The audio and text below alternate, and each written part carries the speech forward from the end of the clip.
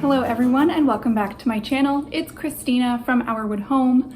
Today I'm going to be sharing about task 3 for my Preparing for Winter Like the Proverbs 31 Woman Challenge. If you have not seen task 1 and 2 yet, I suggest checking those out just so you're caught up to speed.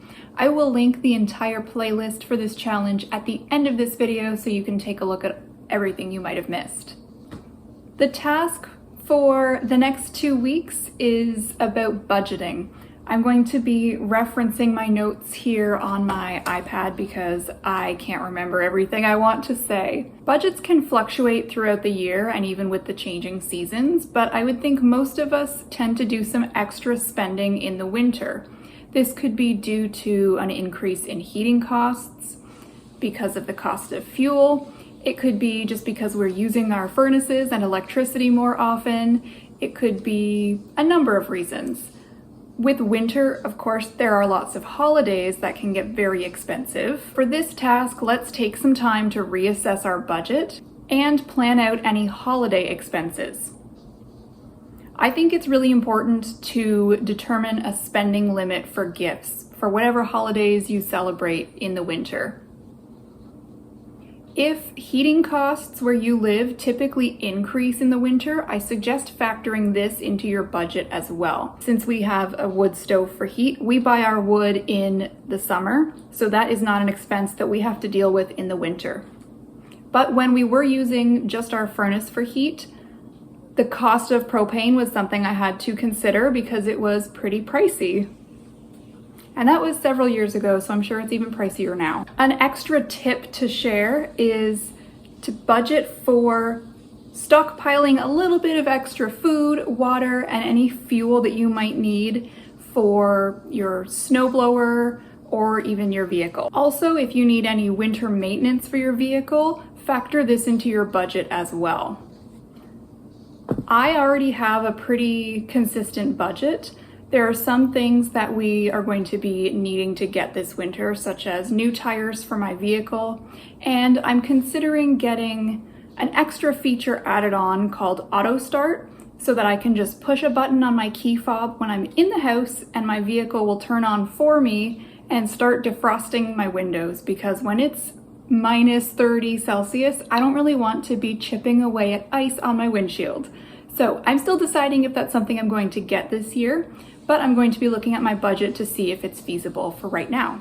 We celebrate Christmas, so that can be a pretty big expense if it's not managed carefully.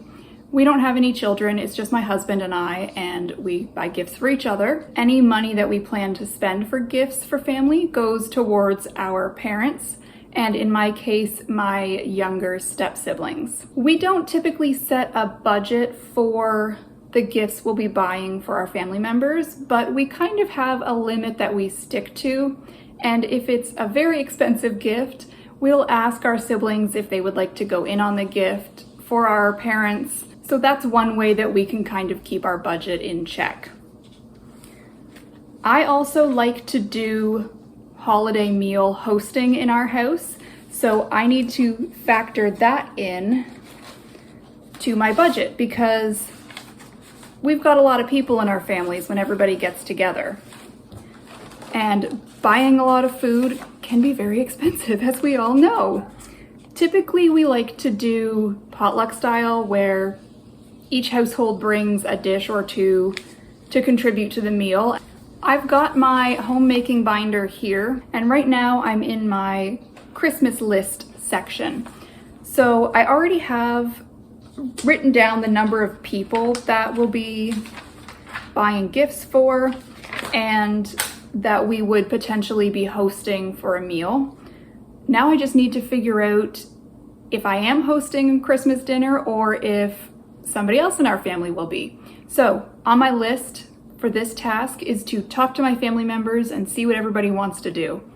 I know it's only September and we don't really need to be setting any firm plans right now, especially because we still have Thanksgiving to celebrate. We celebrate in October here in Canada, so it's coming up soon, but I think I can just have a casual conversation with family members and kind of put my feelers out and see who would like to host Christmas this year.